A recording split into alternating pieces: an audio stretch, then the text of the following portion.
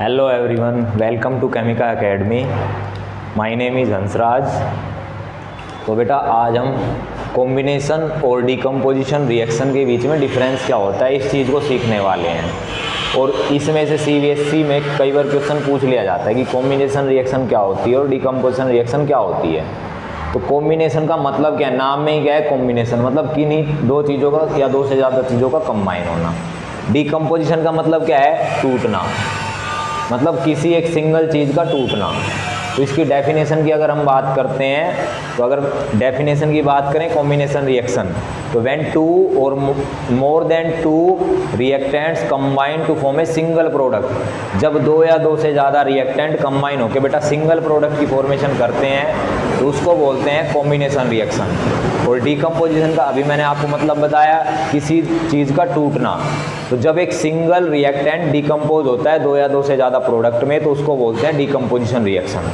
तो सबसे पहले अगर हम कॉम्बिनेशन रिएक्शन की डेफिनेशन की बात करेंगे तो कॉम्बिनेशन रिएक्शन के अंदर बेटा क्या होगा, कॉम्बिनेशन रिएक्शंस, तो इसके नाम में क्या है, कंबाइन होना। तो डेफिनेशन नोट करेंगे सभी, व्हेन टू और more than two reactants combine to form a single product,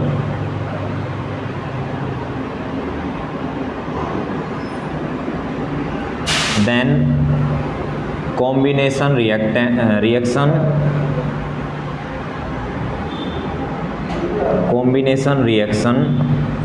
takes place।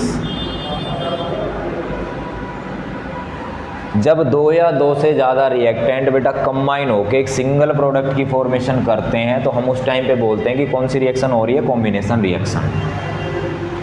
अब आप कहेंगे सर इसका एग्जाम्पल, तो फॉर एग्जाम्पल अगर A plus B plus C मिलके P प्रोडक्ट की फॉर्मेशन कर रहे हैं तो क्या ये कॉम्बिनेशन रिएक्शन है? बिल्कुल है, क्योंकि यहाँ पे दो या दो से ज़्यादा रिएक्टेंट कंबाइन हुए हैं, मतलब तीन रिएक्टेंट कंबाइन हुए हैं और प्रोडक्ट कितने बने हैं, एक। तो बेटा ये किसका एग्जाम्पल हो जाएगा, कॉम्बिनेशन रिएक्शन का। तो फॉर एग्जाम्पल अगर आप इसमें एग्जाम्पल लिखना चाहें तो एग्जाम्पल लिख सकते हैं H2 प्लस Cl2। बेटा H2 और Cl2 मिलकर किसकी फॉर्मेशन करते हैं, 2HCl गैस की। सेकंड अगर आप इसको बैलेंस करेंगे तो यहाँ पे 2 आ जाएगा HCl के साथ में। सेकंड है बेटा H2 और O2,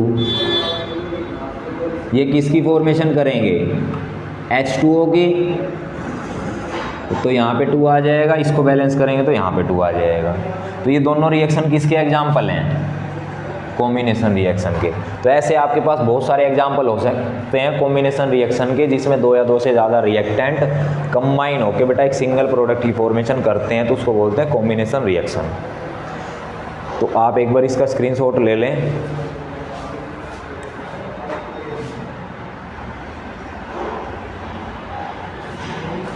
तो अब हम बात करेंगे डिकम्पोजिशन रिएक्शन की। डिकम्पोजिशन में नाम में क्या है, किसी चीज़ का डिकम्पोज होना। तो डिकम्पोजिशन रिएक्शन में क्या होगा, एक सिंगल रिएक्टेंट डिकम्पोज होगा बेटा दो या दो से ज़्यादा प्रोडक्ट के अंदर।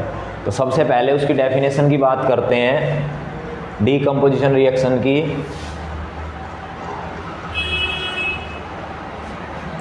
तो डिकम्पोजिशन रिएक्शन क्या हो जाएगी बेटा,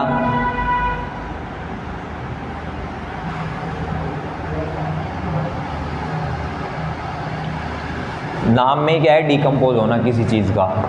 तो when a single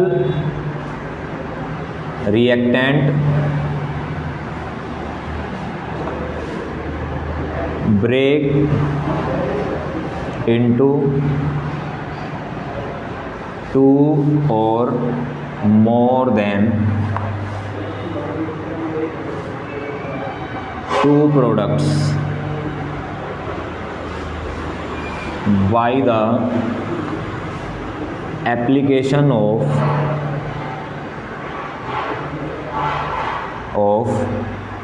heat electricity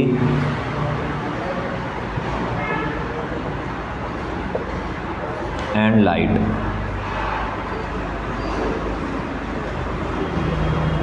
तो जब एक सिंगल रिएक्टेंट बेटा दो या दो से ज़्यादा प्रोडक्ट में, टू और मोर देन टू प्रोडक्ट में डिकम्पोज होता है, ब्रेक होता है, कब? जब हम हीट अप्लाई करते हैं या लाइट अप्लाई करते हैं, इलेक्ट्रिसिटी अप्लाई करते हैं, तो उसको बोलते हैं बेटा डिकम्पोजिशन रिएक्शन। तो इसके अंदर आपको क्या मिलेगा, जैसे ए है बेटा, आपने इलेक्ट्रिसिटी प्रोवाइड करी, तो ए जो है वो बी प्लस सी में डिकम्पोज हो गया। तो ये किसका एग्जाम्पल है? डिकम्पोजिशन का। इसी तरीके से ए है, आपने लाइट प्रोवाइड करी, तो ये बी प्लस सी में डिसोसिएट हो गया। ये किसका एग्जाम्पल है? डिकम्पोजिशन रिएक्शन का। ए है और बेटा आपने प्रोवाइड करी, मान लो इसके अंदर हीट, तो ये किस में डिसोसिएट हो गया? बी प्लस सी में। ये भी किसका एग्जाम्पल है? डिकम्पोजिशन रिएक्शन का। तो इसके लाइट के सोर्स के बेस पे 3 टाइप की डिकम्पोजिशन होती है, ठीक है, उसको हम नेक्स्ट पार्ट में डिस्कस करेंगे। Thanks for watching.